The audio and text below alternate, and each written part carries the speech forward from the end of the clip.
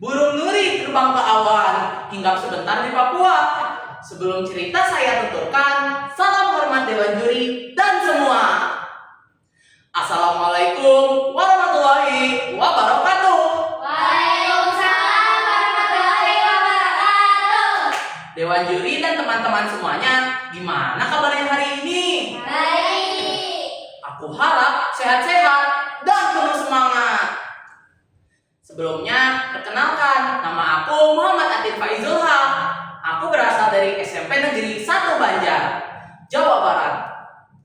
Kali ini aku mau ngajak kalian buat dengarkan satu cerita yang penuh makna, yaitu kisah legenda Ki Banteng Loreng. Karya Azhara Nurul Fadilah, terbitan Lingkaran, Yogyakarta, tahun 2024. Teman-teman siap? Siap. Ayo kita mulai. Alkisah di sebuah desa yang kini bernama Desa Ciberem, Kota Banjar, Jawa Barat. Hiduplah seorang sesepuh bernama Kiai Kholerudin, atau lebih dikenal dengan sapaan Eyang Jagalama, karena beliau merupakan penjaga Desa Ciberem sejak lama. Kiai Kholerudin adalah orang yang gagah perkasa, berilmu tinggi, arif, dan bijaksana, serta memiliki banyak harta dan hewan, di antaranya kerbau yang dijaga oleh seekor banteng bercorak loreng. Konon katanya banteng tersebut merupakan wujud jelmaan dari Kiai Kholerudin. Karena itu disebutlah Ki Banteng Loreng. Teman-teman, kegiatan rutin yang dilakukan oleh Kiai Kholerudin yaitu sebagai pembuat senjata seperti tombak, pedang, keris, dan lain-lain, yang memang banyak diminati dan dipesan oleh prajurit-prajurit di sekitar Nusantara. Diceritakan pada suatu hari Kiai Kholerudin sedang melakukan penyepuhan senjata di dekat sumur Siuk Cilowa yang airnya jernih dan tak pernah mengering. Suara dentingan besi yang ditempa terdengar sangat nyaring.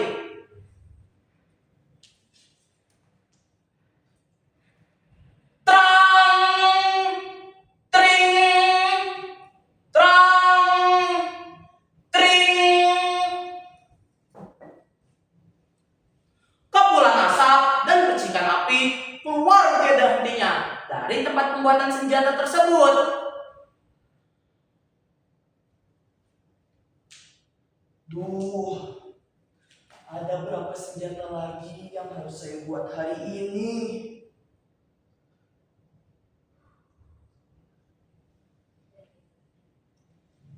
Ucap Kiai Kholerudin sembari mengusap keringat di keningnya.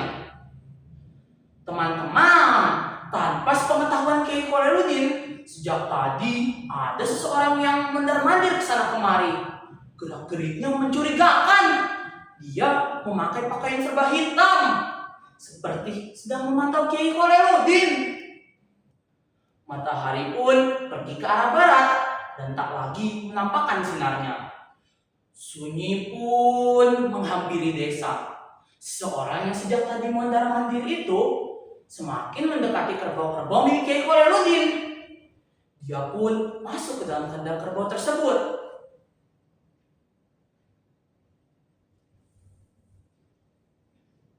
Sepertinya sudah aman nih.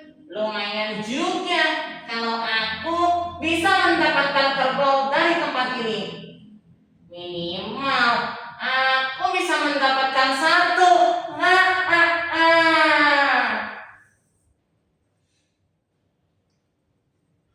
Ucap seseorang yang menggunakan pakaian serba hitam tersebut. Teman-teman, ternyata dia memiliki niat jahat untuk mencuri kerbau milik Kiai Kholerudin. Dia pun menggiring dan membawa kabur kerbau tersebut sembari melihat ke sana kemari, takut ada seseorang yang melihat perbuatan jahatnya itu. Tetapi tiba-tiba Saat di perjalanan, si pencuri tersebut seperti orang hilang ingatan. Kok bisa? Dia hanya mondar-mandir di sekitaran tempat tersebut. Tak lama kemudian, datanglah seekor banteng loreng mendekati dan menghampiri si pencuri tersebut. Apa yang sedang kau lakukan?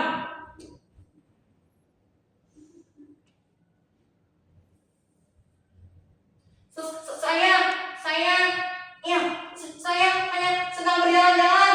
Iya, berjalan-jalan.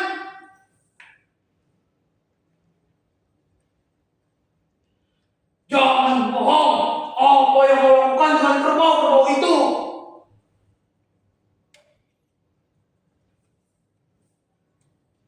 Saya melihat kerbau-kerbau ini kabur dan saya ingin mengembalikannya.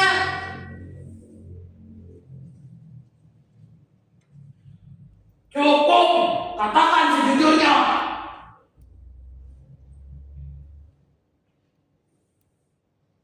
Maafkan saya tergiur dan ingin memiliki kerbau-kerbau ini. Tetapi saat di perjalanan, saya seperti orang hilang ingatan. Saya hanya mondar-mandir di sekitaran tempat ini.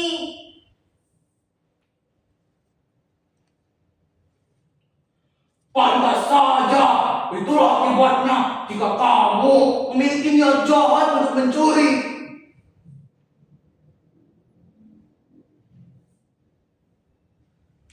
Tolong maafkan saya. Saya berjanji tidak akan mengulanginya lagi. Saya akan mengembalikan kerbau-kerbau ini.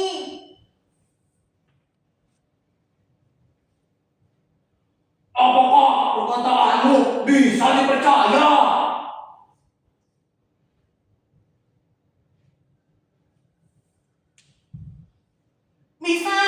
Bisa, tolong maafkan saya. Saya ingin pulang.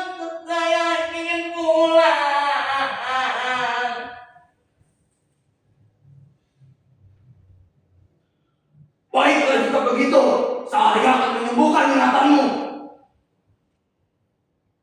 Teman-teman, selanjutnya banteng loreng pun menyembuhkan ingatan si pencuri tersebut. Dengan seizin Allah, si pencuri tersebut pun dapat menemukan arah jalan pulang. Tak lama kemudian, banteng loreng berubah wujudnya menjadi Kiai Kholiluddin. Sang kiai pun duduk dan menadahkan kedua tangannya untuk berdoa.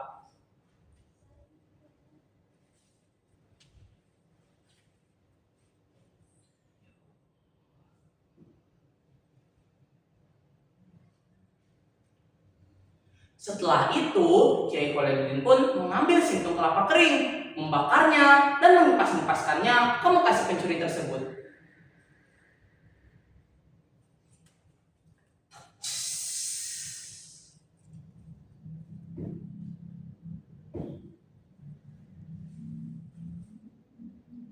Teman-teman, dengan seizin Allah, ingatan si pencuri tersebut pun pulih, dan dia dapat menemukan arah jalan pulang. Dari kisah ini menjadikan banteng loreng yang merupakan wujud jelmaan dari Kiai Kholiluddin sebagai penjaga desa Ciberem dengan kebijaksanaan dan ilmu tinggi yang dia miliki. Teman-teman, itulah kisah legenda Ki Banteng Loreng. Terima kasih sudah menyimak hingga akhir. Burung nuri terbang ke timur, hinggap sebentar tidak akan randu. Kisah ini kuakhiri dengan syukur. Terima kasih atas waktu dan perhatianmu. Wassalamualaikum warahmatullahi wabarakatuh.